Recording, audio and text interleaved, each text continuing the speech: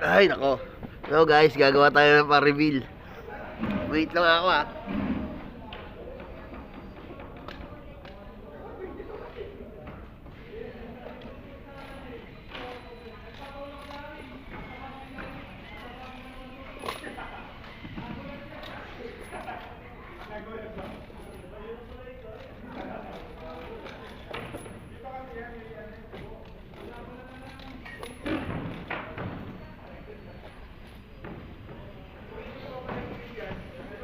Eto na siya guys. Magbibilog tayo ng alambre rito. Tapos magpuputol. Siyempre, gagamit tayo ng plies.